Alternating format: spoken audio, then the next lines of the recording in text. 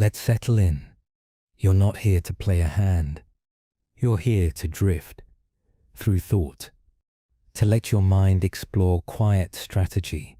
No chips, no pressure, just position, ranges, and rhythm. We'll start right where the action begins. Under the gun, you're first to act. You don't know what anyone else will do, and that makes your decisions more vulnerable. That's why your range needs to be strong, steady, and disciplined. Hands like pocket aces through pocket tens, ace-king, ace-queen suited, maybe king-queen suited if the table feels soft, but hands like ace-10 offsuit, king-jack, or even pocket nines, they often go in the muck, not because they're weak, but because early position magnifies your risks. And when you're out of position post-flop, trouble comes quietly. Let's imagine you open with ace-queen suited. You raise to 2.5 big blinds. The cutoff calls, and everyone else folds. Heads up, out of position. The flop comes. 10-7-2 rainbow. You didn't hit, but your hand still has value. You check, and they check behind. The turn brings an ace. Now you lead, maybe half pot, and they call. The river is a king. You check, and they bet small. This is where thoughtful poker lives. In the quiet decisions, they could have two pair. They could have missed, but the story they're telling is uncertain. You pause and call. They show Jack 10, just one pair, and not enough. You win, but more important than the chips was the control, the structure, the restraint. Because in early position, you don't win by doing more. You win by doing less. Better. Now let's move one seat over. Middle position. You're not first to act, but you're far from last. You get to loosen up, just a little. Now your range can open up to include pocket nines and eights, ace-jack suited, maybe even some suited connectors like 9-8 or 10-9, hands that are playable but still require awareness. Because behind you, there's still danger.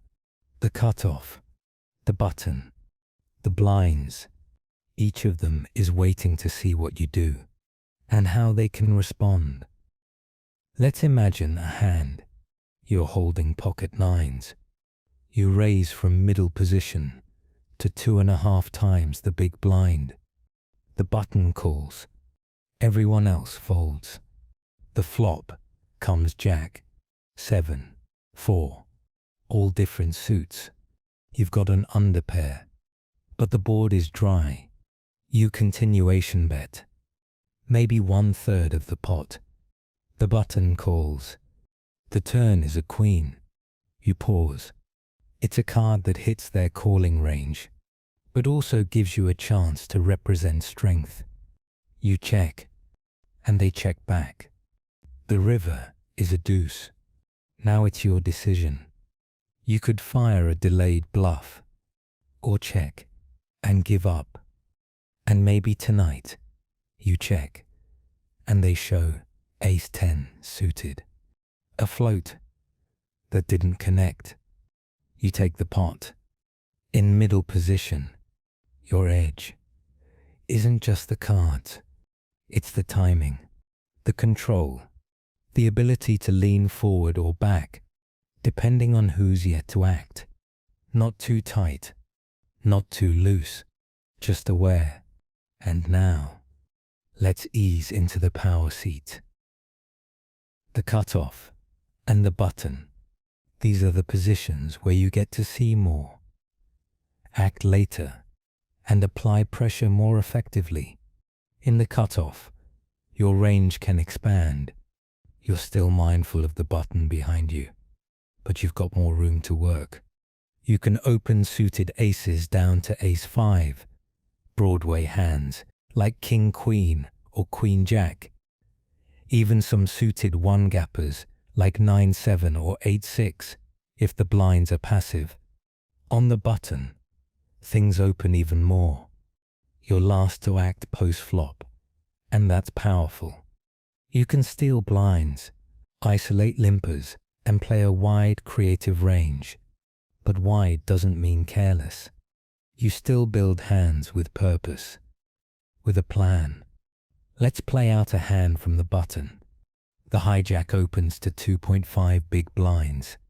You look down at Jack 9, suited. You could fold, you could flat. But here, you choose to 3-bet. Not because it's a monster hand, but because it plays well post-flop, and you're applying pressure from position. The blinds fold, the hijack calls, the flop comes, queen 7-3, all rainbow. You didn't hit, but they probably didn't either. They check, and you make a small continuation bet. They call. The turn is an ace. Now you check back, because that's a card that hits your range more than theirs. But you don't need to overplay your hand. The river is a 5. They check again. And now, you bet small, just enough to make them fold hands like pocket 8s or king 7.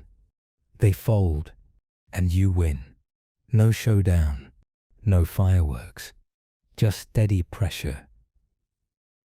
With position on your side, from the button, you don't just play your hand, you play the situation. And even when the cards aren't perfect, the seat helps you control the outcome. Now, we move to the small blind, a place where the game gets just a little trickier. You're second to act pre-flop, but first to act after the flop every time. That means you're out of position with less information and limited control. But there's still strategy here. It just has to be sharp. You don't play wide from the small blind. You tighten up, and you play with purpose. You'll often choose between two options, folding or 3-betting. Flatting can be dangerous, because you invite multi-way pots, out of position, without initiative. So instead, you lean toward aggression. Let's say the button opens to 2.5 big blinds. You look down at ace-jack suited, a strong hand, but not one you want to play passively. So you 3-bet to 8 big blinds. The big blind folds. The button calls, heads up now, and the flop comes queen 5-2. Two-tone. You didn't connect, but your range is stronger. You're the aggressor, and you're repping hands like queens, aces, or ace-queen. So you make a small continuation bet, and they fold. That's a clean win, and you didn't need to see another card. Of course, sometimes they call, sometimes they fight back. That's why you don't overextend. You pick your spots, and when you're not sure, you let it go. Because folding from the small blind is often the smartest thing you can do. You don't have to defend everything. You don't have to battle every raise. Sometimes, the best play is no play at all.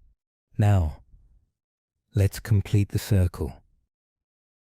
The big blind is a unique place you've already put money in, so you're getting a discount to see a flop. That makes this the spot where you'll defend more hands than anywhere else. But more doesn't mean reckless. You still want structure, purpose, balance. You fold the weakest hands, but you defend suited connectors, low pairs, broadways, even hands like 10-6 suited or king 8 offsuit, depending on the situation. The key is awareness. Who's raising? From what position? How deep are the stacks? If the cutoff opens and you're in the big blind with Jack 9 suited, you often call, The flop comes. 10-5-3. Rainbow. You didn't hit, but you've got backdoor potential. And sometimes that's enough. You check. They continuation bet. And you call. The turn is a queen. Now things get interesting. You didn't improve, but that card hits their range harder than yours. So you check again, and they check back. The river is a 9. You've now got second pair. Not a monster, but maybe good.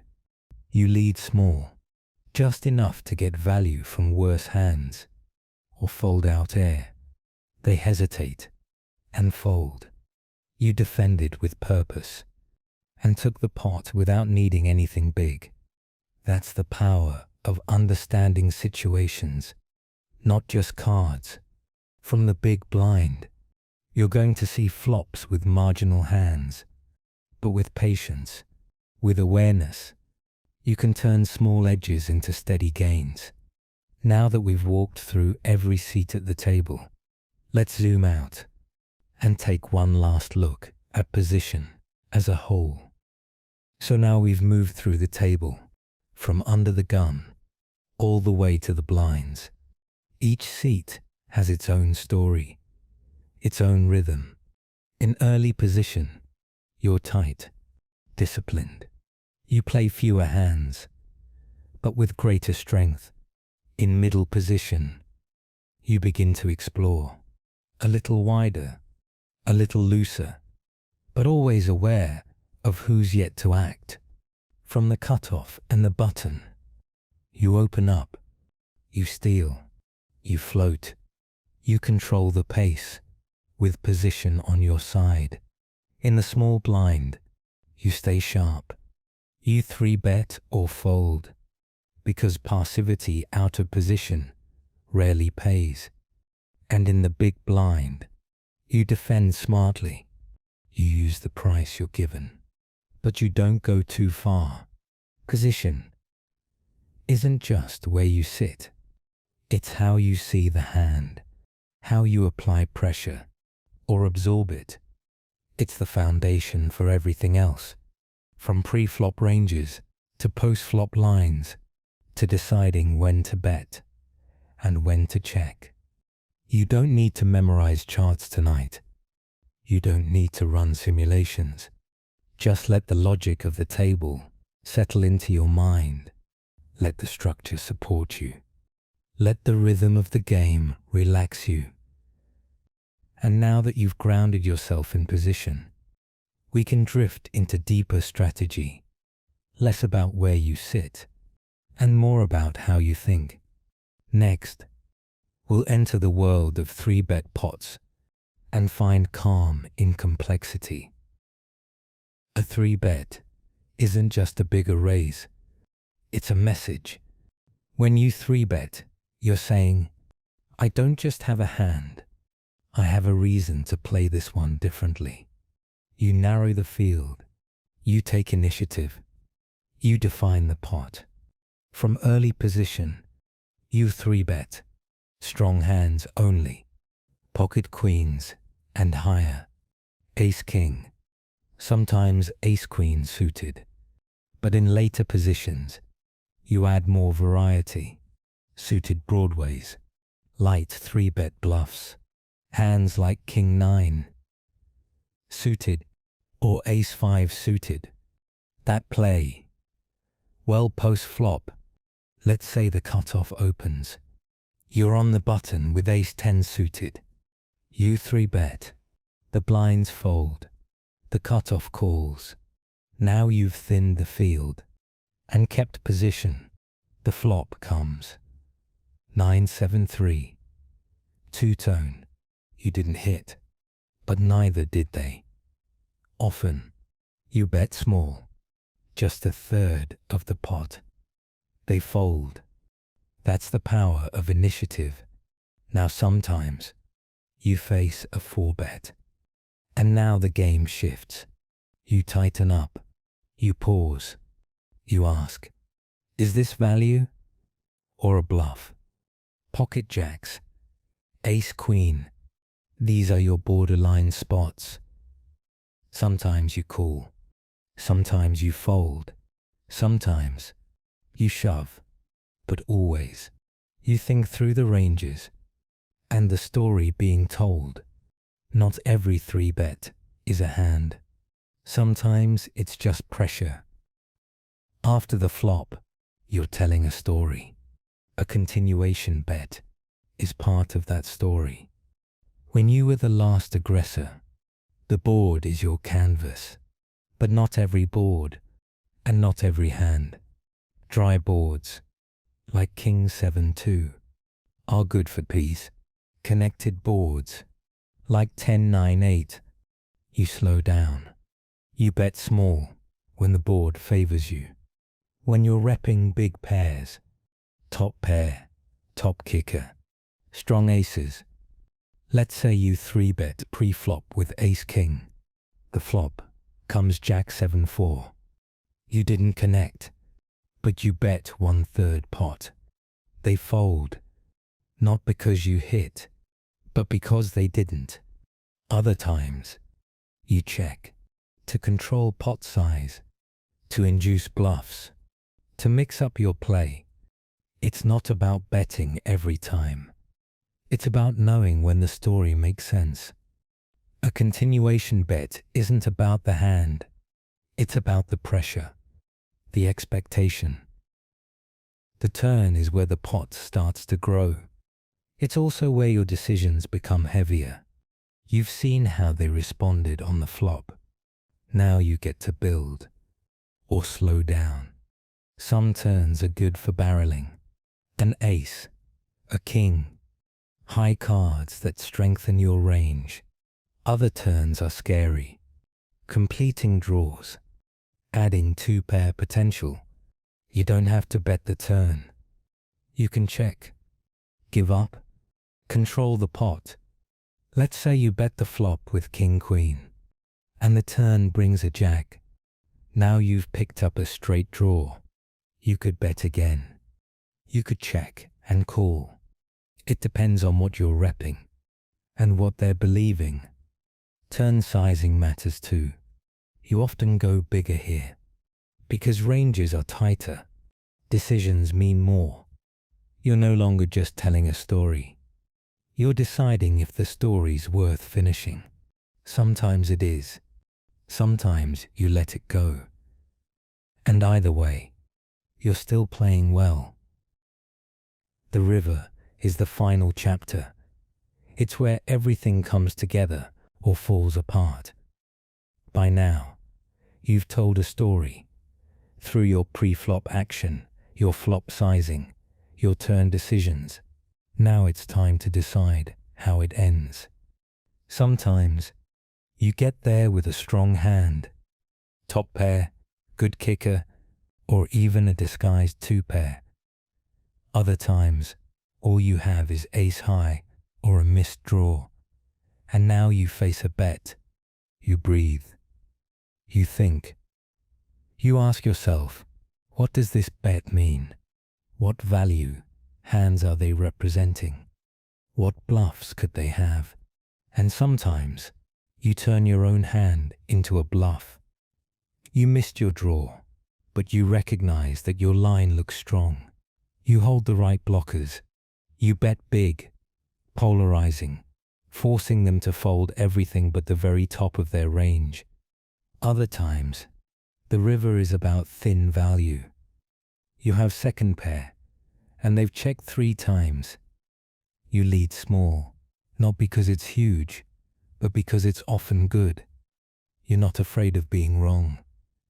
You're practicing clarity. The river isn't always dramatic. It's thoughtful, controlled, quiet.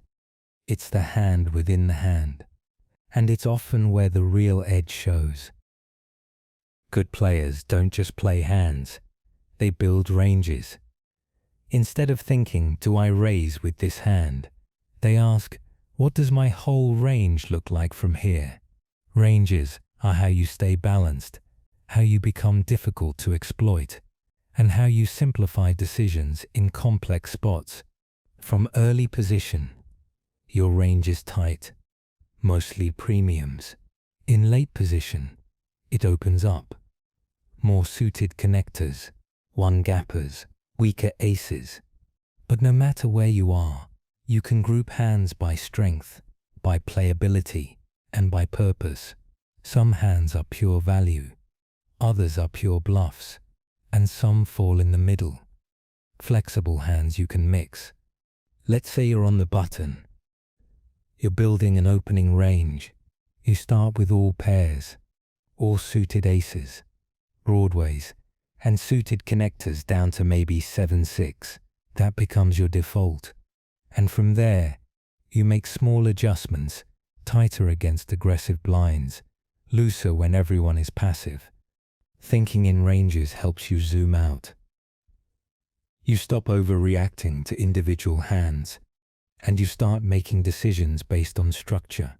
You can ask yourself, would I bet this river with all my value hands? Then I should also bet some bluffs. Or, would I raise with this hand if I didn't know what cards I held? Over time, you don't just play your cards. You play your position, your image, your range. And that mindset is powerful. Sometimes poker is math, quiet math, soft calculations that help you make clean, grounded decisions. Pot odds tell you how much you have to call compared to how much you could win. Implied odds take it a step further, asking how much more you might win if you hit your hand. Let's say someone bets 10 into a pot of 30. That means you're calling 10 to win 40. You need to win 25% of the time to break even. If you have a flush draw with one card to come, you know you'll hit around 20% of the time. Not quite enough. But if you think you'll get paid more when it hits, now implied odds make the call worth it. These calculations don't have to be exact. You don't need to count every out or memorize charts. You just need to feel the ratio, sense the value. Small bets need less equity. Big bets demand more. And sometimes, your opponent makes a big bet on the river. You have third pair, and you're torn. You know you only need to be right one time in 3. You pause. You replay the hand, and then you make a light call. Not out of hope, but out of understanding. The numbers don't lie.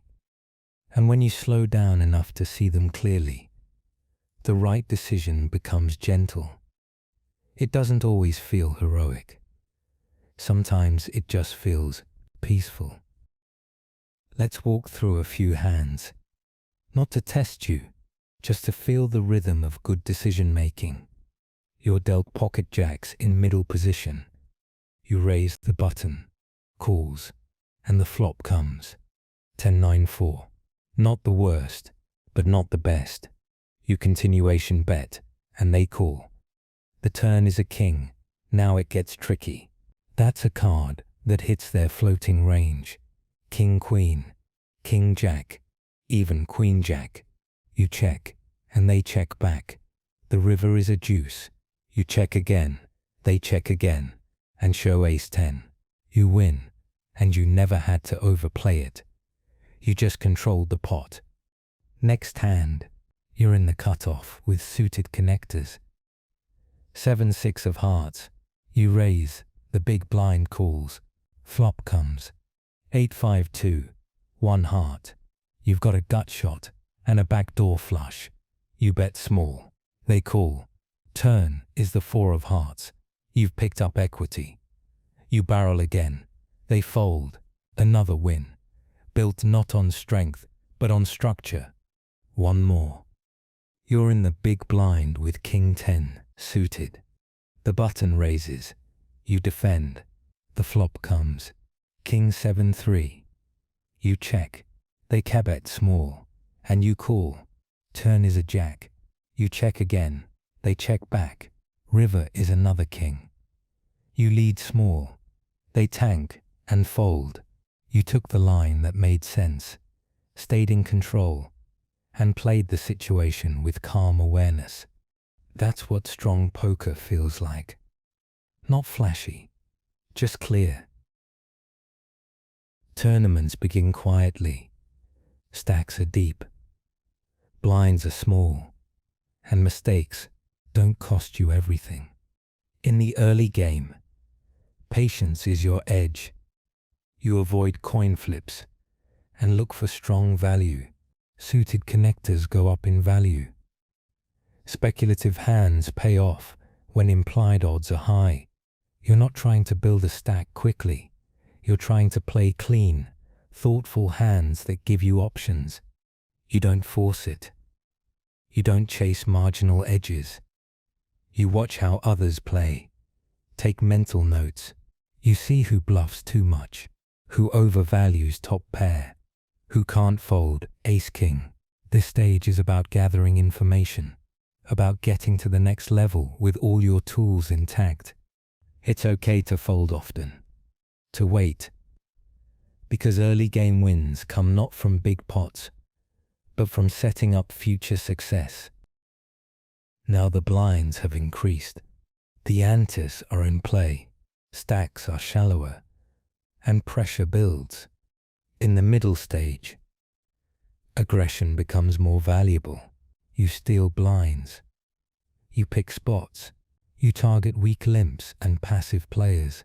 You look for stack sizes that can't call a shove without a monster. You open light from the cutoff. Jam suited aces over small opens, and punish players who tighten up. But you're still careful. You don't want to risk everything on marginal spots. You start watching ICM pressure, thinking about pay jumps. You avoid colliding with chip leaders unless you have to, and you stop flatting hands that don't perform well post-flop. The middle stage is where many players go broke, not because they play badly, but because they lose discipline. You keep yours, you adjust, you apply pressure, but only when it makes sense. This is where strategy becomes survival, and survival becomes progress. Now you're deep. Final table. Every chip, every hand, carries real value. This is where ICM, the independent chip model, changes everything. A chip you gain isn't worth as much as a chip you lose. So aggression becomes selective. Patience becomes power. You might fold pocket tens on the bubble. Because a shorter stack is about to bust, you might let go of ace-queen to a big stack shove. Because survival earns you more than the pot. Now you consider pay jumps, who you cover, and who covers you. You identify targets. Short stacks you can pressure, but you avoid clashing with players who can end your run. The chip leader might be opening every hand. You adjust by 3-betting tighter or trapping when you're deep enough. Sometimes you pass on profitable spots, not because you're scared, but because the ladder is worth more. This stage isn't about building a monster stack. It's about navigating carefully, finding edges in silence, and recognizing that sometimes the best play is to wait. Now let's drift into smaller field tournaments, like sit-and-goes and satellites. In these formats, survival is everything. You're not playing for first. You're playing to make the money. In satellites, everyone gets the same prize. So doubling your stack doesn't double your payout, which means there's no glory in busting someone if you bust right after. So you tighten up near the bubble. You fold hands you'd normally raise. You let others collide, and you glide quietly into the money. In single table, sit and goes, you manage stack sizes. Short stacks need to shove or fold. Medium stacks apply pressure. Big stacks can bully, but need to avoid leveling themselves. You don't need hero calls. You don't need big bluffs. You need awareness and patience. You win by folding well, by shoving at the right time, by understanding that in these formats, you don't play poker to dominate. You play it to survive. Now we step away from the cards and look inward, because poker is just as much a mental game as it is a strategic one. The best players know how to stay calm when the table tilts, how to slow things down when emotions start to rise. They don't panic after a bad beat. They breathe, reset, and move forward. You'll make mistakes. Everyone does. But strong players don't let a bad hand turn into a bad session. They don't chase losses or try to force outcomes. They pause, observe, and refocus. Tilt, that emotional pull to reclaim what you've lost, will creep in. It always does. It tells you that the game owes you something, that you need to win it back now. But you don't have to listen to that voice. You can let it pass. What you can control is your breathing, your decisions, your discipline. You can fold a hand that others might force. You can sit out a spot that doesn't feel right.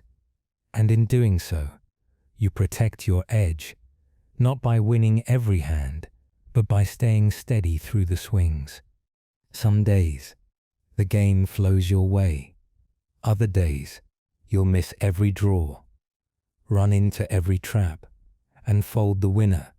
But you keep showing up, not because of the results, but because you trust the process, because you know that over time, with clarity and patience, skill rises. The mental game is the long game, and mastering it means knowing when to push, when to pull back, and when to let go completely.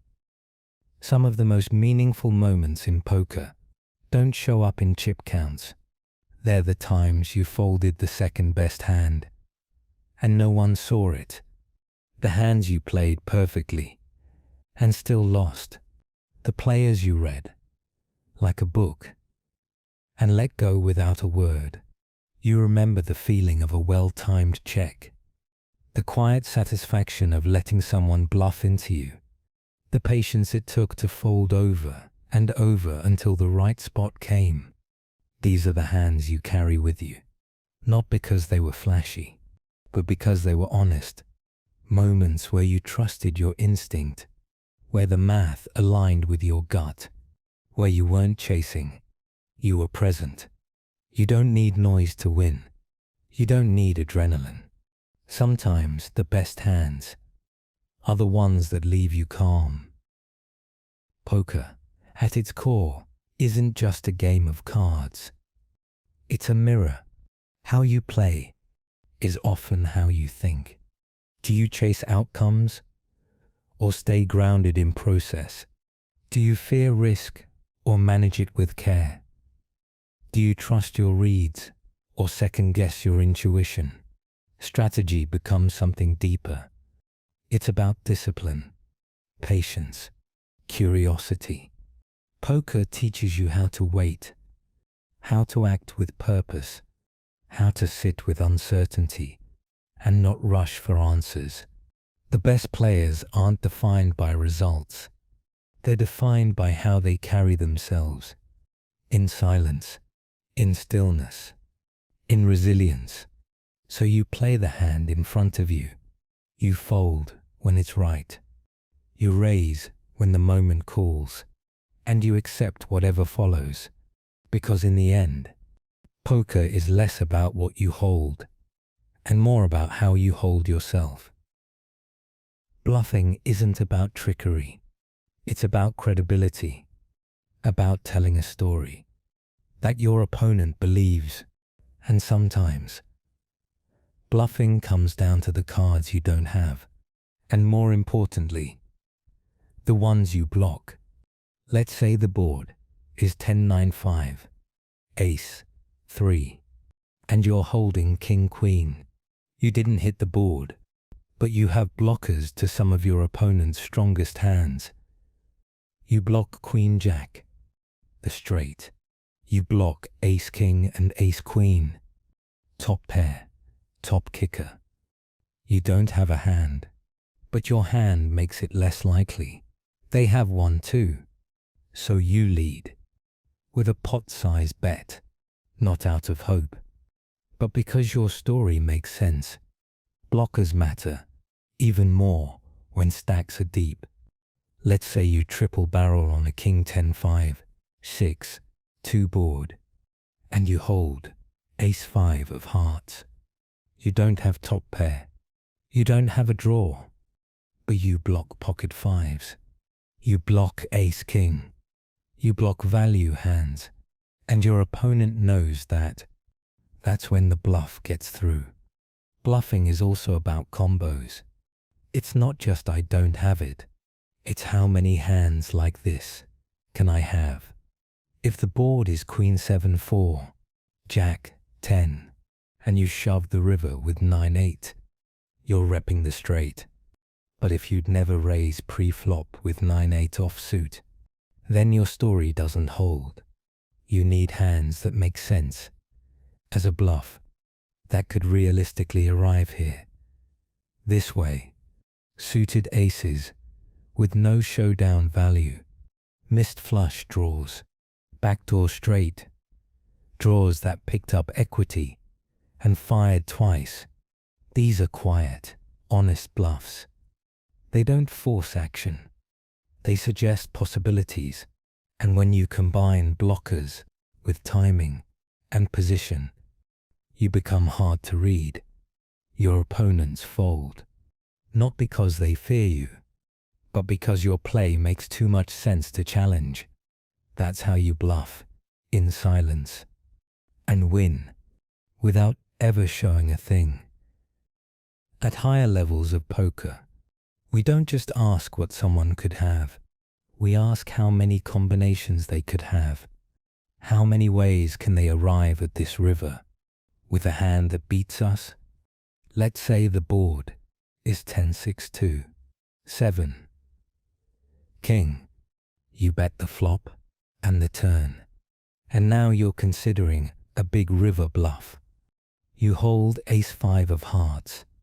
No pair, no draw, but you block the nut straight. You block some top pairs.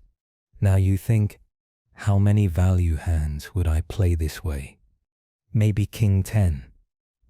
Maybe a slow played set. Let's say you'd arrive at the river with 9 combos of value. Then how many bluffs can you have? Maybe 6 or 7. Missed draws, missed floats. That's close enough to balanced. But if you have 20 bluffs and 3 value hands, something's off. Your opponent might sniff that out. Combo counting helps you bluff with structure. It helps you fold with confidence. Because if your opponent is only repping a few hands and all the others are bluffs, you can make a brave, quiet call, knowing the numbers are on your side. You don't need to memorize exact counts. Just get a sense. Trust your mental estimate. Feel how wide or narrow their value range is. And then ask yourself, what are they really telling you? Not every flop is the same. Some boards are dry, simple. 1 high card and 2 low cards. No draws, no connections. Others are wet, dynamic, packed with possibilities and shifting equities. Understanding board texture helps you decide when to continuation bent and how much to bet when you do. Let's start with the dry ones. Imagine you raised pre-flop from the cutoff with ace-queen suited. The button calls. The flop comes king 7-2. Rainbow. That's a classic dry board. Not a lot of draws, not a lot of danger. Your range still includes all the strong hands, ace-king, king-queen, pocket aces. Their range, on the other hand, is a bit more capped. They might have king 10, maybe pocket 8s, suited connectors, or floating hands. This is a great spot for a small continuation bet. 1/3 pot, maybe even a bit less. You're not trying to blow them off the hand. You're just reminding them of what you could have. Now, compare that to a connected board. Say you raise from early position with pocket queens, and the big blind calls. The flop comes. 10-9-8. Two-tone. That's a wet board. Dangerous. Their range includes more of this board than yours does.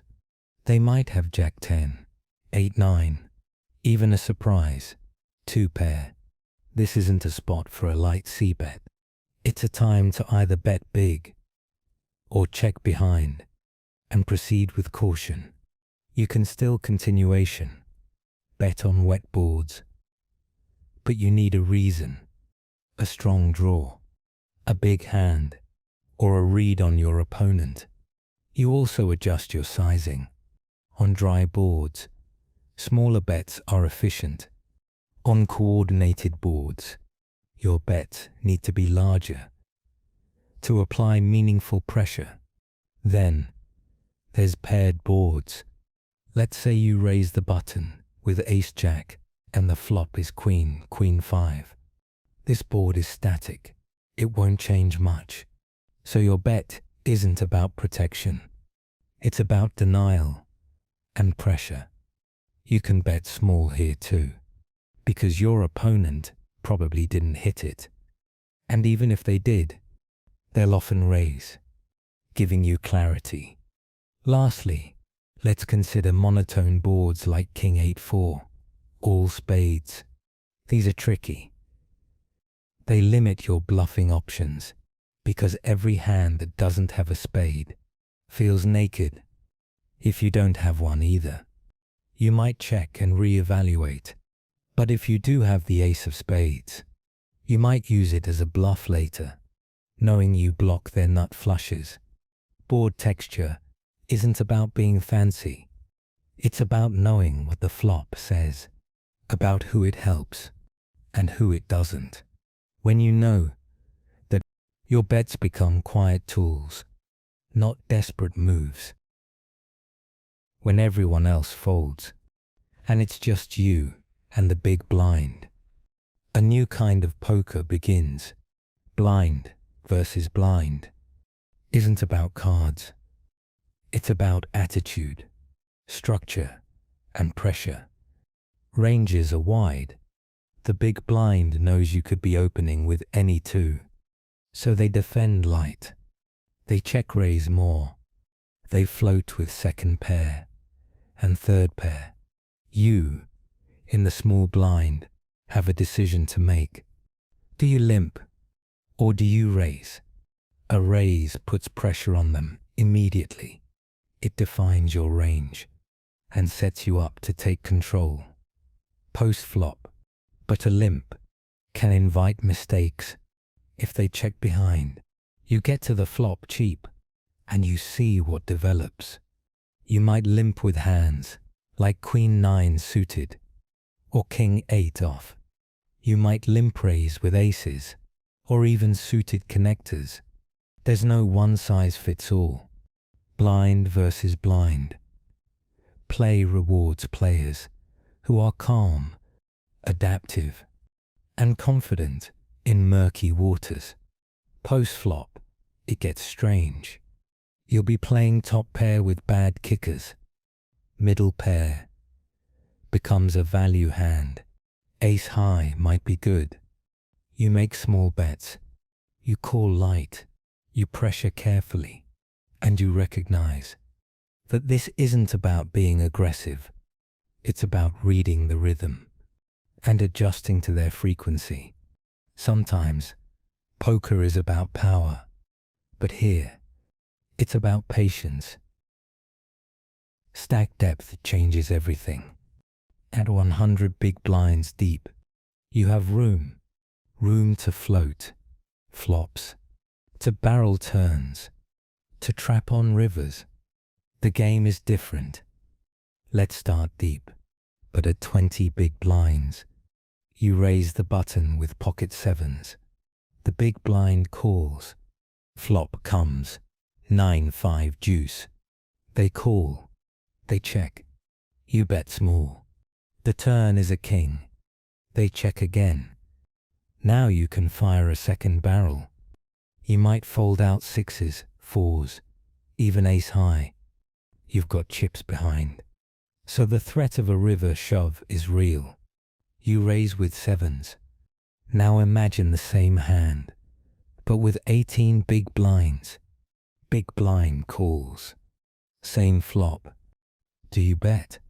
Maybe not. And they shove. You're stuck with a decision you don't want to make. Because if you say bet, you remove marginal spots. So short stacked. You tighten up. You don't raise fold very often. You don't float without a plan. You also think in terms of fold equity. Will this shove make them fold enough? You know your ranges. You know your thresholds. When you're short, you take your time. And when you're deep, you move with clarity. Both require precision.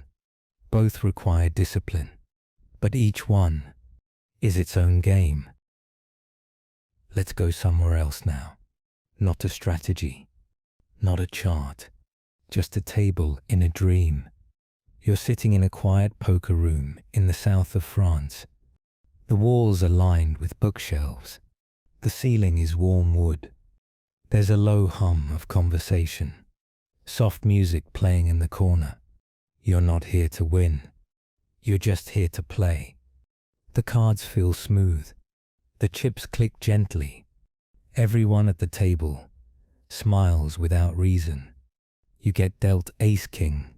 You raise. And no one calls. That's fine. You take the blinds and sip your tea. The next hand, pocket sevens. You limp from the button. The small blind completes. The big blind checks. Flop comes 7. 7 deuce. You check. The turn is a 9. They bet. You call. The river is a jack. They bet again. You raise. They laugh. They fold. You don't even look at your stack. It doesn't matter here. No egos. No anxiety. Just rhythm. And presence. And breath. You play a few more hands. Then push back from the table. And watch the chips settle in a gentle pile. You didn't crush. You didn't lose. You just played. And now, you sleep. There comes a point in every player's journey when the game shifts, when it's no longer about your hand alone, but about what everyone else could have. This is hand reading, not as a rigid guess, but as a layered process of observation, logic and subtle inference. And when it's done slowly, thoughtfully, it becomes one of the most meditative, satisfying parts of poker. Hand reading doesn't begin on the river. It begins pre-flop. When a player raises from early position, you immediately narrow their range. It likely includes big pairs, suited Broadway cards, strong aces. If they're tight, it might exclude hands like King-Jack offsuit or Ace-10 offsuit entirely. Their story starts there, with the raise, and you carry that with you, one street at a time. Now they continue on the flop. Let's say the board is Jack 9-4, rainbow. They bet again. You think, does this board favor their range? Could they be sempeting with overcards like Ace-King?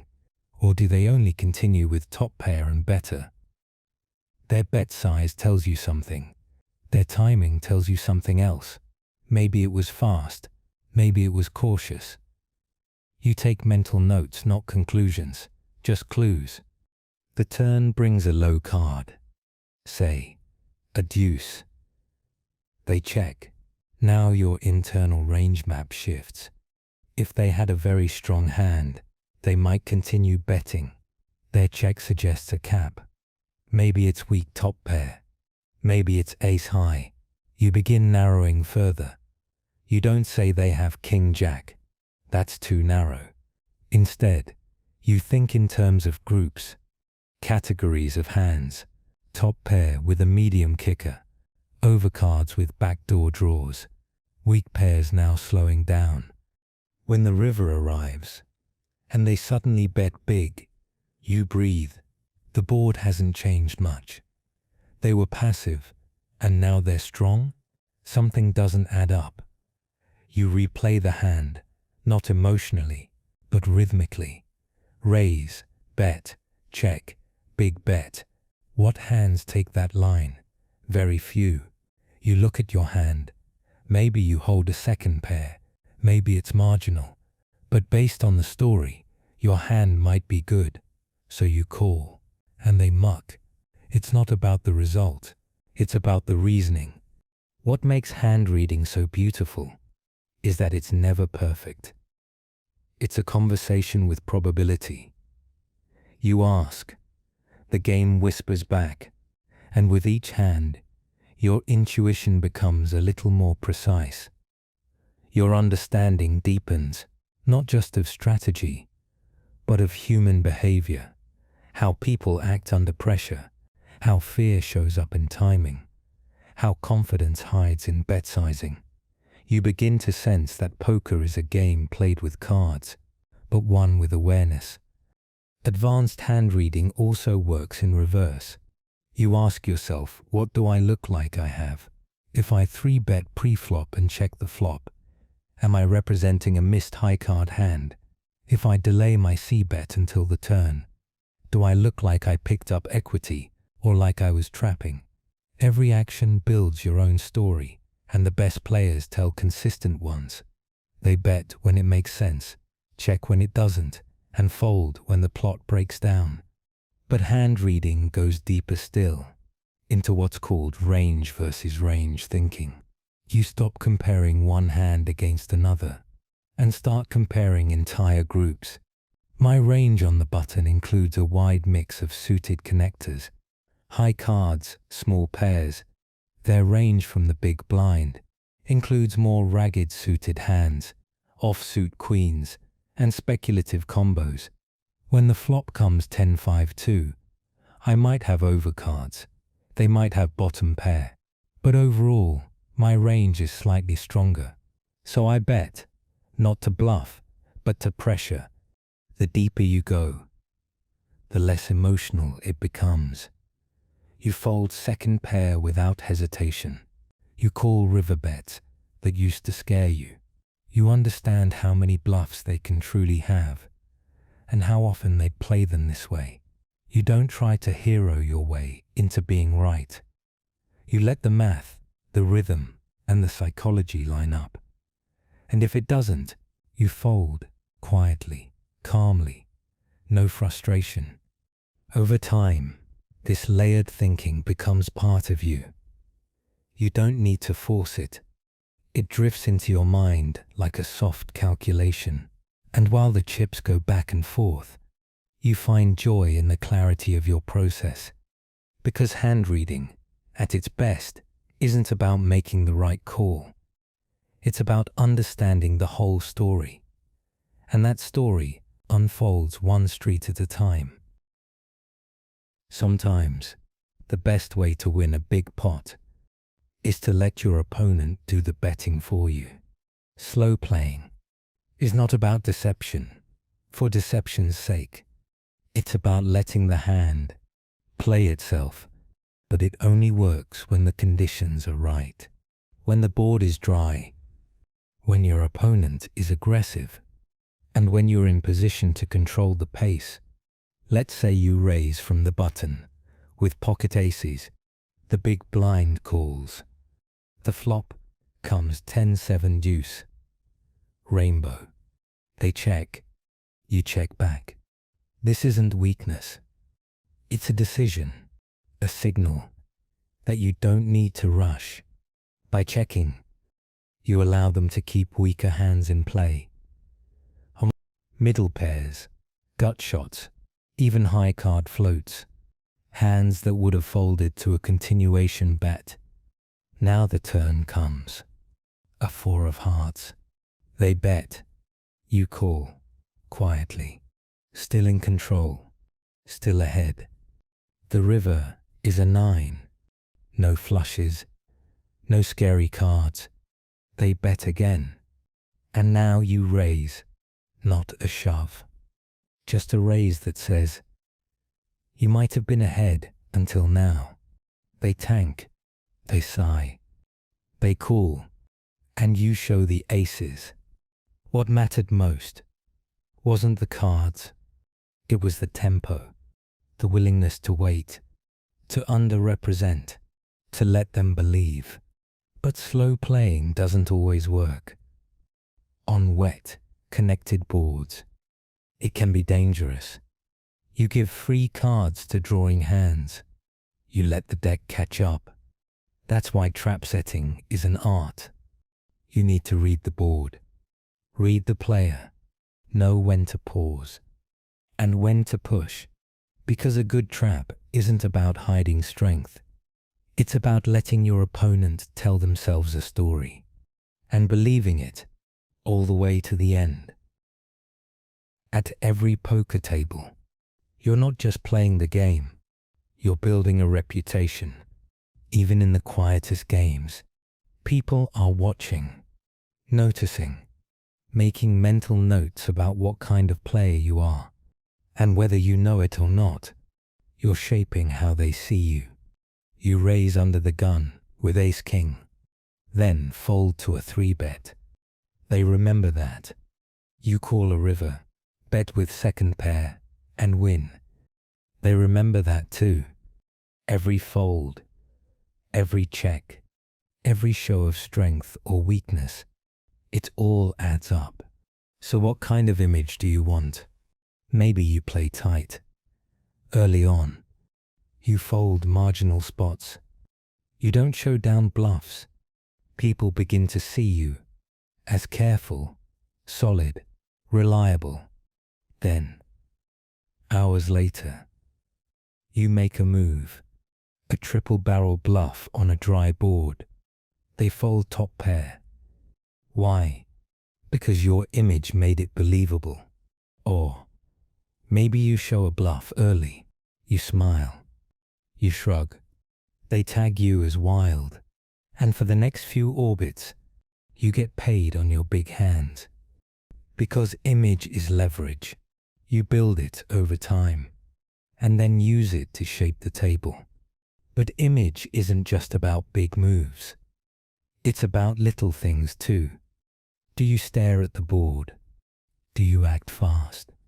Or pause too long? Do you talk or sit in silence? All of it matters. And the best part is, you can change your image. You can go from loose to tight, aggressive to cautious, mysterious to predictable, as long as it's intentional. Because the moment you stop controlling your image is the moment your opponents start controlling you. When 3 or more players see a flop, everything changes. Multi-way pots are not about raw aggression. They're about caution, clarity, and structure. Your equity drops. Your bluffs lose power. And thin value becomes dangerous. Let's say you raise with king-queen suited. 2 players call behind. The flop comes queen 7-5 with 2 hearts in a heads-up pot. That's an easy continuation bet. But with multiple opponents, you pause. You're out of position. They could have draws. They could have better queens, or even sets. So you check.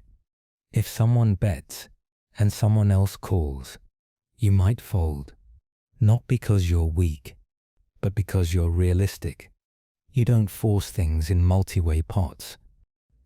You wait until the story is clearer. When you're in position, it helps. You get to see who's strong, who's uncertain, who's just along for the ride. You might flat top pair on the flop, then value. Bet the turn after 2 checks.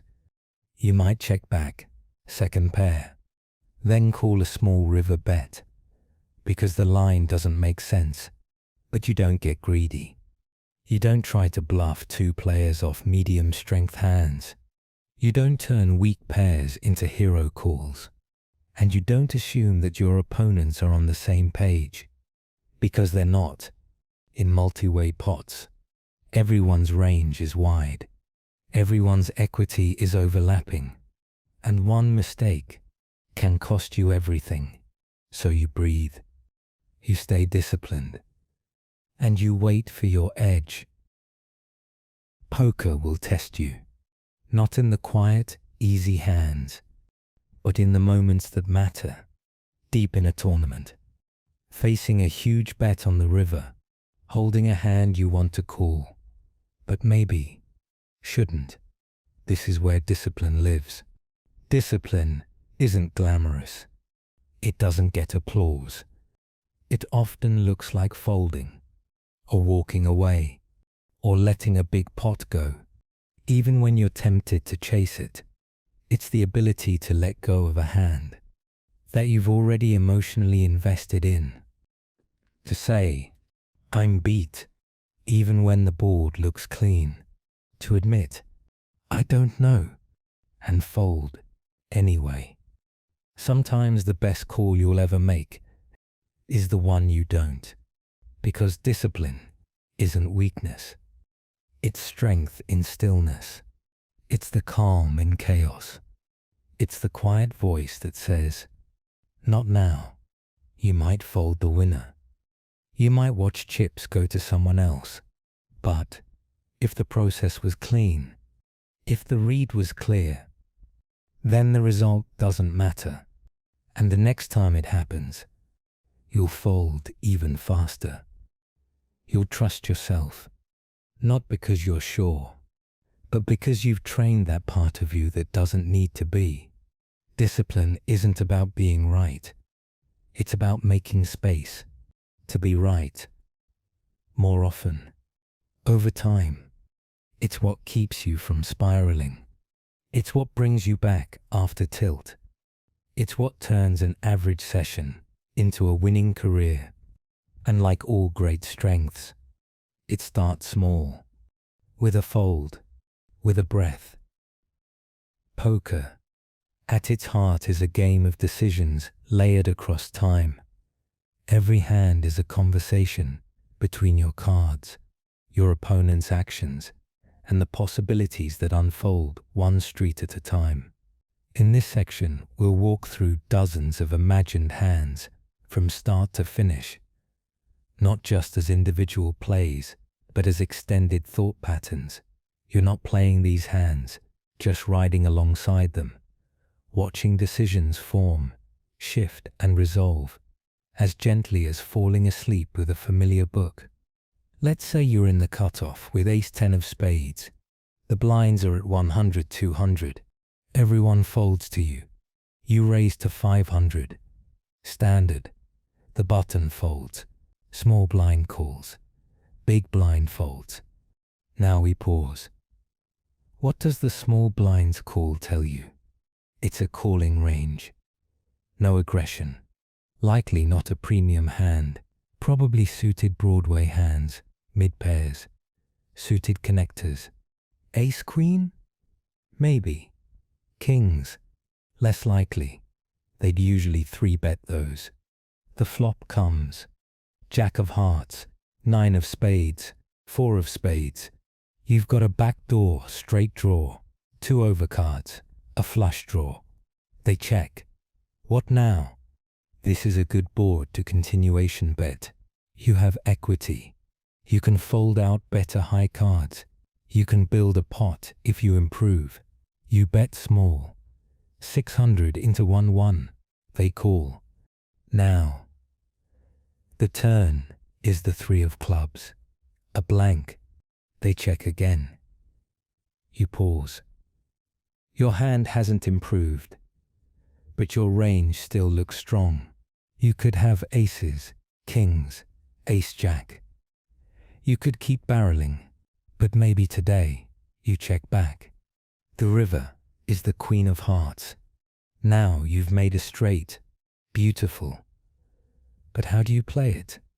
They check again. You value bet, not too much. Maybe 1,200 into a pot of 2,300. Just enough to get paid by a jack. Maybe a stubborn pocket 10. They tank and they call with king jack. And just like that, you quietly scoop a medium pot. No fireworks, just flow. Let's take another. You're under the gun with pocket 8s. It's a full ring game. You raise to 2.5 decks.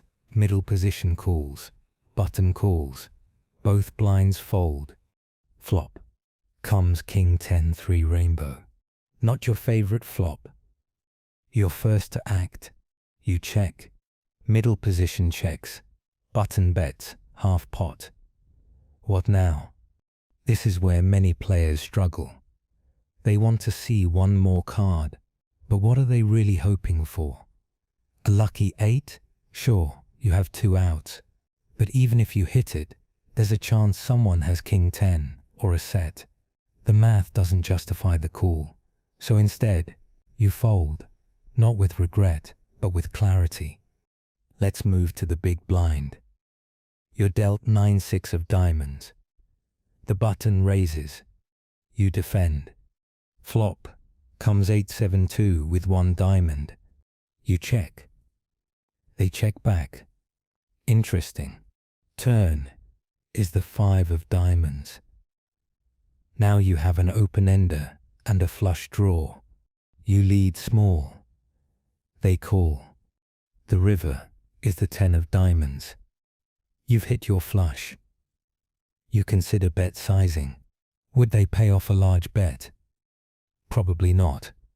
But a small one? Yes, you lead 1/3 pot. They snap call with top pair.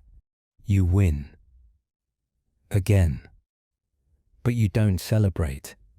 You simply breathe. Because in each of these hands, the lesson isn't about the result. It's about the process. It's the rhythm of street-by-street thought, the peace in folding with logic, the flow of betting when the story is strong, the stillness of letting go of uncertainty. You don't need to play these hands. You don't even need to remember them. Just let them drift by, like soft ideas, gentle movements in a quiet mind.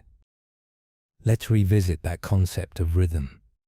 Because in poker, rhythm matters more than most players realize. The rhythm of your thought process, the rhythm of your betting, and the rhythm of your breathing when you're in a marginal spot. Let's imagine you're playing a deep-stacked cash game. You're on the button, and you've been relatively quiet for the last orbit or two. You look down at Queen 10 of clubs, a hand that isn't premium, but it's playable, and in position it becomes much more powerful. Middle position opens to 3 times the big blind. The cutoff folds. You decide to flat. The blinds both fold, and now you're heads up in position with a hand that's suited, connected, and very live. The flop comes down. Jack of clubs, 9 of hearts, 3 of clubs, a near perfect board for you. You've flopped an open-ended straight draw and a flush draw. Your opponent bets half pot, and you pause. You could raise, but you choose to call, because you're in position, and you know the real leverage might come later. The turn is the 4 of spades. It doesn't change much. They check. Now you have a decision. You could bet and apply pressure, or check back and realize your equity. You choose to bet small, maybe 1/3 pot, and they call. The river comes, and it's the 8 of spades. You've made the straight, not the flush, but a strong, well-disguised straight. Your opponent checks again. You consider the sizing. Not too big, not too small. You land somewhere in between. They tank, and eventually call, with top pair, and a worried look. You show the straight. The chips come your way. But more importantly, you realize how calm it all felt. You weren't trying to force it. You were just flowing with what the board allowed. And that is the anatomy of a well-played hand. Now let's change gears. You're in the big blind with 6-5 of diamonds. The hijack raises. The cutoff calls. You complete. The flop comes. King 4-2. 1 diamond. You check. The hijack checks. The cutoff bets. It's a small stab, maybe 1/3 pot. The hijack folds. Now you're up. Your hand didn't connect in the traditional sense, but you have a backdoor straight draw, a backdoor flush draw, and position in the betting order. You call. The turn brings the 8 of diamonds. Now things are different. You've picked up the flush draw. You check. They bet again, this time bigger. You sense they're trying to price you out.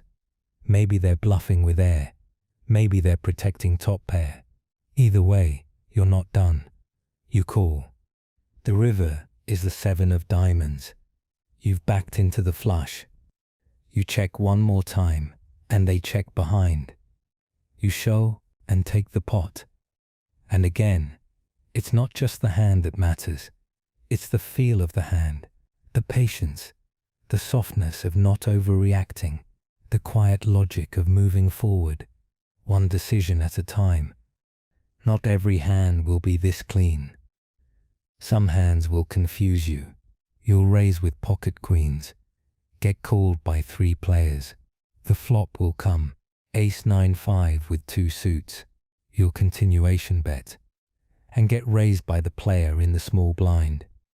You'll pause, think, fold, not because you're sure, but because it feels right. That's poker too. The folds no one sees.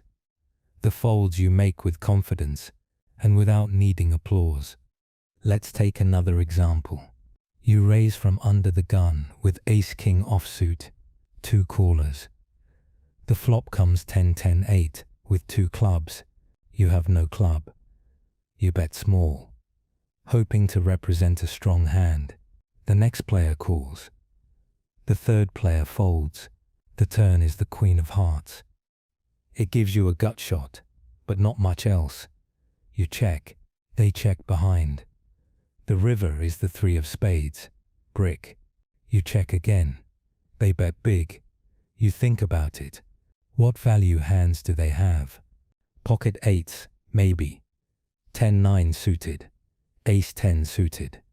You block ace queen. You don't block much else. But the way the hand played out, you sense strength. You fold. They flash a 10, and you nod. A good fold. A clear fold. A quiet fold. And sometimes that's enough. These hands aren't chosen for drama. They're chosen for structure. They reflect the real texture of a session. Not just the highs and lows, but the slow, drifting pace of most decisions. Poker isn't about adrenaline. It's about control. About seeing things clearly. About being okay with small pots and small edges and soft exits from the hands you don't need to win. As you listen, you might find yourself drifting too. Let the flow of hands continue. You don't need to remember them. You don't need to analyze them. Just feel how decisions unfold, gently, softly, like pages in a worn book. The early stages, 200 big blinds deep, no antes, wide opens, no pressure. Players chat, the table is loose. You look down at King Jack suited, and you raise. Someone calls, then another, and now you're 3 ways to a flop. You make top pair, you bet, get called, then check the turn. You win a small pot. That's all it is. A small pot, a ripple. Tournament poker is unlike anything else, not just in structure, but in spirit. It's a journey, a slow unfolding, where survival is often more important than glory, and where the deepest part of the game has less to do with cards and more to do with how you manage time, pressure, ego, and silence. It begins with stillness. Over the next hour, you fold. You pick up pocket threes. You miss the flop. You fold again. You see someone get stacked with ace-king versus queens. You see someone double with bottom two pair. But you don't chase. You sit and observe. But it sets a rhythm, because tournament play begins as a kind of meditation. You reach the first break. You're still near starting stack, maybe a little above. That's good. That's stability. The blinds increase. The antes kick in. Now the game shifts. You start looking for opportunities to steal. You notice who's folding their big blind. You raise light from the cutoff. King 9 offsuit. You take the blinds. Next orbit, you raise again. Same player calls. The flop is queen 7-3. They check, and you bet small. They fold. This is the middle stage. Now it's not just about hands. It's about stacks, about timing. You look at the table, not just for tells, but for chip positions. The big stack on your right is active. That's good. You can play pots with position. The short stack 2 seats left of you is tight. That's good too. They won't reshove light. You adjust. You raise ace 4 suited from early position. A little loose. But you sense weakness. Folds all around. You take it. One hand at a time. One pot at a time. Your stack grows. And you haven't seen a showdown in 30 minutes. That's control. That's flow. You get dealt pocket tens. Then comes resistance. Hijack opens. You 3-bet from the button. The blinds fold. Hijack calls. They check. You bet small. They call.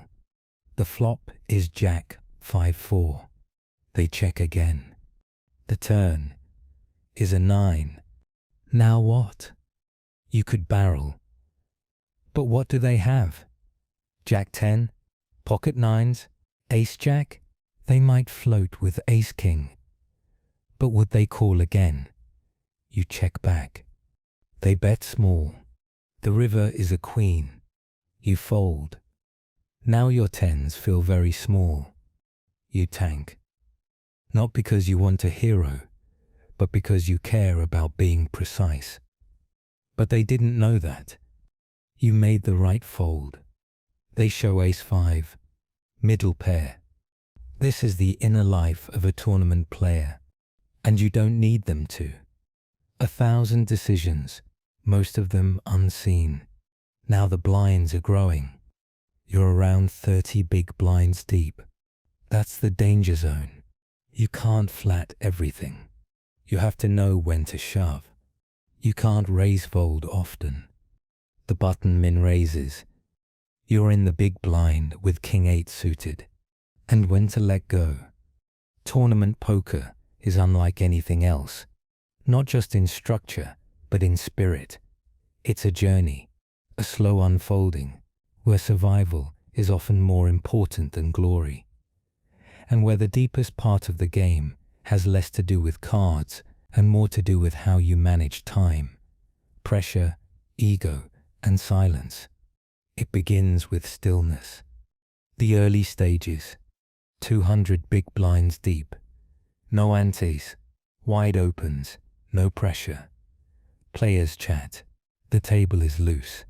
You look down at king jack suited, and you raise. Someone calls, then another, and now you're 3 ways to a flop. You make top pair. You bet, get called, then check the turn. You win a small pot. That's all it is. A small pot, a ripple, but it sets a rhythm. Over the next hour, you fold. You pick up pocket threes. You miss the flop. You fold again. You see someone get stacked with ace-king versus queens. You see someone double with bottom 2 pair. But you don't chase. You sit and observe, because tournament play begins as a kind of meditation. You reach the first break. You're still near starting stack, maybe a little above. That's good. That's stability. The blinds increase. The antes kick in. Now the game shifts. You start looking for opportunities to steal. You notice who's folding their big blind. You raise light from the cutoff. King 9 offsuit. You take the blinds. Next orbit, you raise again. Same player calls. The flop is Queen 7-3. They check, and you bet small. They fold. This is the middle stage. Now it's not just about hands. It's about stacks, about timing. You look at the table, not just for tells, but for chip positions. The big stack on your right is active. That's good. You can play pots with position. The short stack 2 seats left of you is tight. That's good too. They won't reshove light. You adjust. You raise ace 4 suited from early position. A little loose. But you sense weakness. Folds all around. You take it. One hand at a time. One pot at a time. Your stack grows. And you haven't seen a showdown in 30 minutes. That's control. That's flow. Then comes resistance. You get dealt pocket tens. Hijack opens. You 3-bet from the button. The blinds fold. Hijack calls. The flop is Jack 5-4. They check. You bet small. They call. The turn is a 9. They check again. Now what? You could barrel. But what do they have? Jack 10? Pocket 9s? Ace Jack? They might float with Ace King. But would they call again? You check back. The river is a queen. They bet small. Now your tens feel very small. You tank. Not because you want a hero, but because you care about being precise. You fold. They show ace 5. Middle pair. You made the right fold. But they didn't know that. And you don't need them to. This is the inner life of a tournament player. 1,000 decisions, most of them unseen. Now the blinds are growing. You're around 30 big blinds deep. That's the danger zone. You can't flat everything. You can't raise fold often. You have to know when to shove and when to let go. You're in the big blind with King 8 suited. The button min raises. You consider the stack sizes. You're around 20 bigs. They're covering you. You could shove, but what are they opening with? You take a breath and fold. Next hand, you're dealt ace 9 offsuit on the cutoff. Everyone folds to you. Now it's your turn. You raise. Button folds. Big blind defends. Flop is 10-6-2. They check. You check back. Turn is a 9. Now they bet. Small. You call. River is a jack. They check. You check behind. They show Queen 9. You take the pot. Just barely. One pair versus one pair. In these moments, the game is balanced on a thread. The wrong raise. The wrong river bluff. And everything slips. So you tread lightly. You make the money. It feels good, but you don't celebrate. The real pressure is just beginning. The average stack is now under 30 big blinds. ICM is in play. Now every chip is precious. And every mistake costs more than it seems. You have 25 bigs. You're dealt. Pocket sixes. Under the gun. Raises. They cover you. You pause.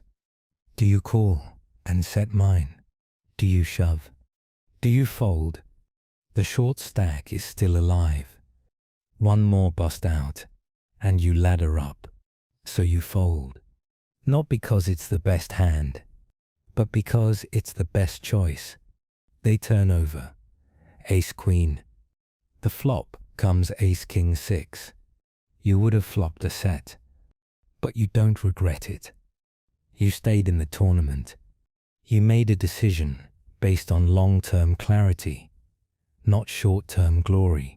And that's the difference. The final table arrives. Now everything feels heavier. You can feel the tension in every movement. The chip leader is raising every hand. The short stacks are folding. Even ace-jack. You're in the middle. 6 players left. You have pocket jacks. The chip leader raises. You shove. They tank. They call with ace 10. Flop is king 5-2. Turn is a 7. River is a jack. You double up and move into second place, but you're calm. You don't fist pump. You don't celebrate. You stack your chips slowly and breathe, because there's still more to play, more pressure to absorb, more folds to make before the win. And sometimes you don't win. You finish third. You shove ace 4 into kings. They hold.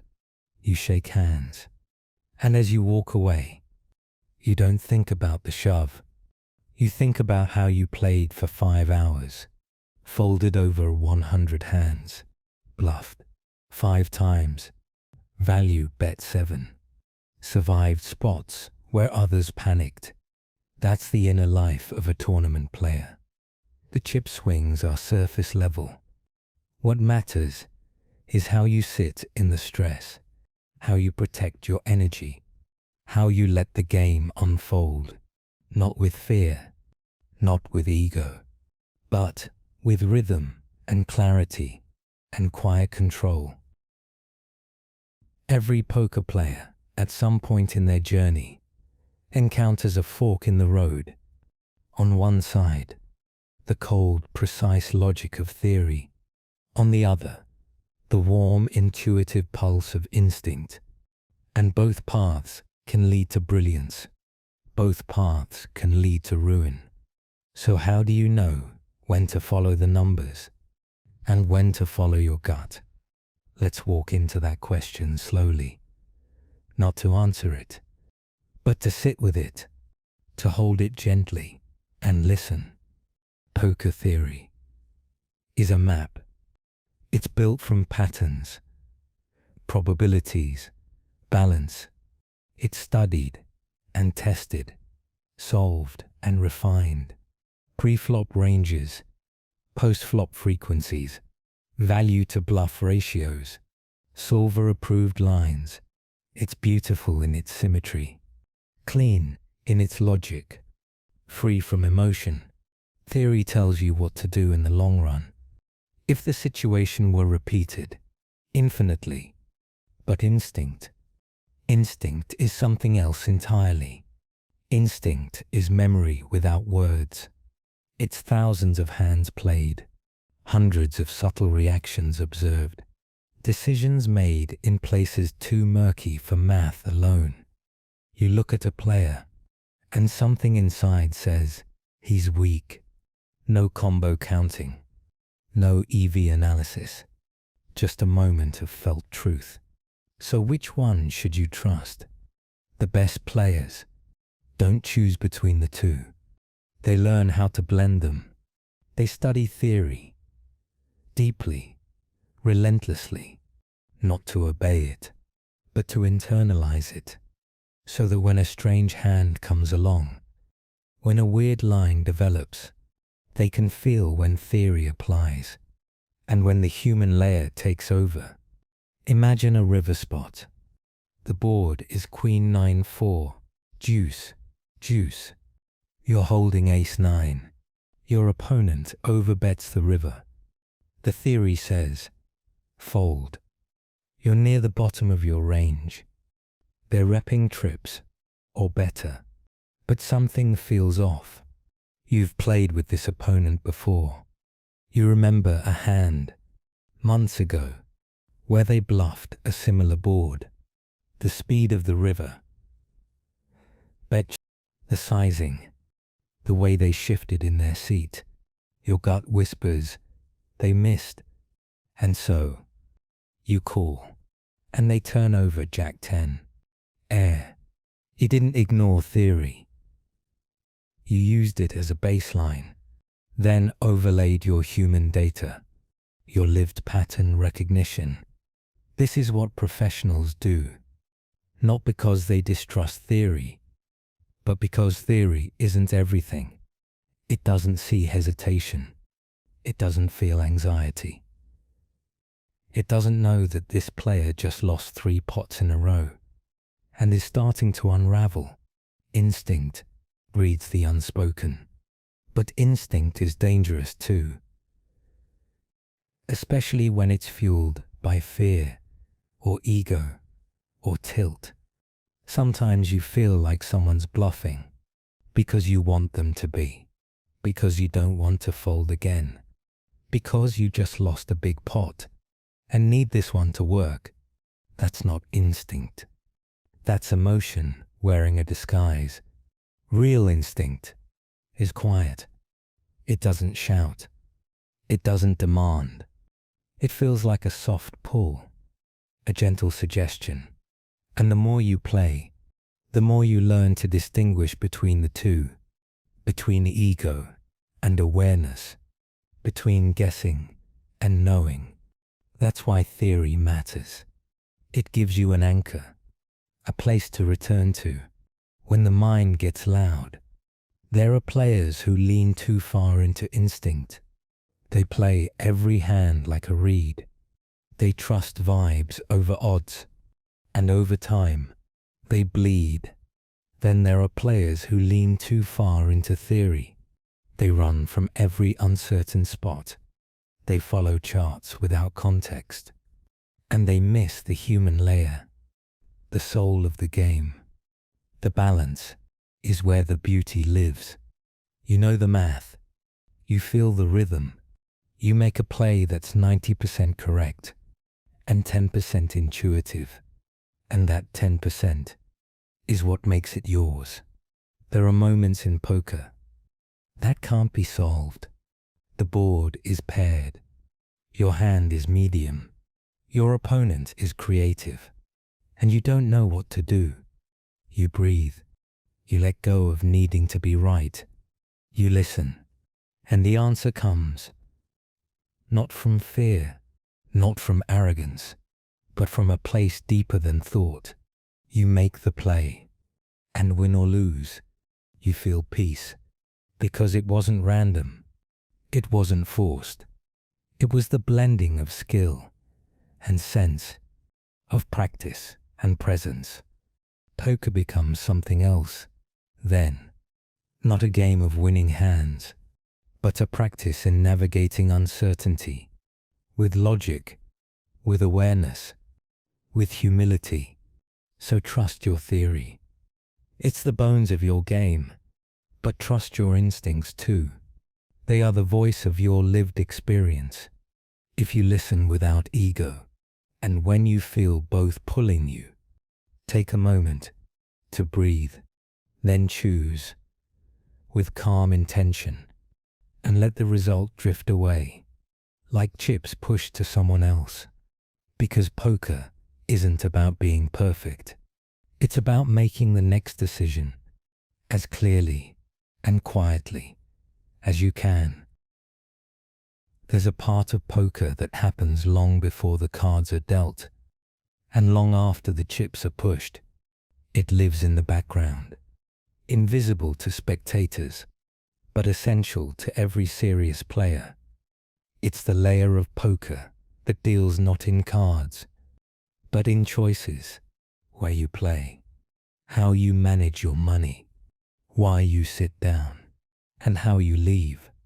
This is the part of the game that requires the most discipline and gives the least reward in the short term.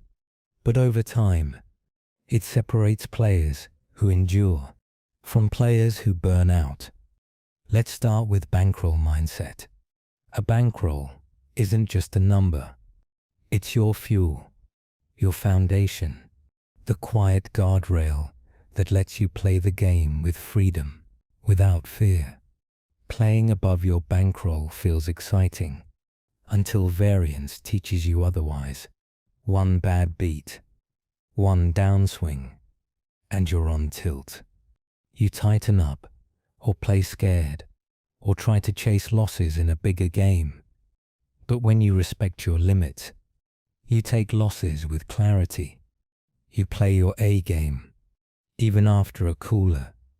A $1,000 bankroll doesn't mean $1,000 to play. It means building a structure beneath your sessions. Cash players might dedicate 5% per buy-in. Tournament players might need 100 entries or more, not because they're weak, but because variance is real. You could play perfectly and lose 10 sessions in a row.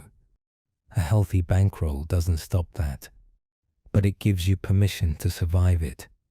And in that survival, you gain experience, confidence, peace, because poker is long. It's not about this hand, this session, this week. It's about staying in the game, with clear eyes and steady hands. Now let's move to game selection. It might seem simple. You play when you have time. You join the table that's open. But smart players know that where you play is as important as how you play. There's no ego in selecting the right table. In fact, ego is what gets most players into trouble. You sit at a tough game, with regulars, deep stacks, tight aggression, and no clear edge. Sure, you can hang, but over time, the margin disappears. But then there's the soft game, the one with the loose caller, the casual home game, the late-night table where players are talking more than thinking. That's where your edge lives, not in crushing the hardest competition, but in quietly choosing softness over spotlight. Online, this might mean playing off-peak hours, live. It might mean skipping Friday night at the casino. It might mean moving down in stakes or switching formats entirely, because you're not here to prove anything. You're here to build something, steadily, quietly, brick by brick. And game selection is one of the strongest bricks in the foundation. It keeps your sessions profitable, your confidence steady, your mental energy protected. Every time you sit down, you ask yourself, not just do I want to play, but is this a game worth playing? And when the answer is no, you walk away with no regret, because the real win was choosing not to lose. And now we reach the hardest skill of all, emotional detachment at the table. It sounds cold, but it isn't. It's not about being robotic or numb or never caring. It's about learning to feel clearly without reacting blindly. When you take a bad beat, you breathe. When someone slow rolls you, you let it pass. When you make a mistake, you forgive yourself, because poker will test you again and again and again. You'll get it in good and lose. You'll make a hero call and be wrong. You'll bluff perfectly and still get called. And if you're emotionally attached to every result, you'll never make it. Detachment doesn't mean apathy. It means you've learned how to separate your identity from your outcomes. You are not your win rate. You are not your last hand. You are not your best bluff or your worst fold. You're a player, a thinker, a student of the game. You play your process. You live in your decision tree, And when the hand ends, you move on. No victory high.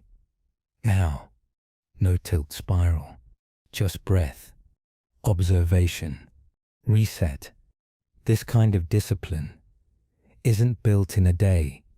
It takes hundreds of sessions, dozens of emotional checkpoints, and countless opportunities to let go of control.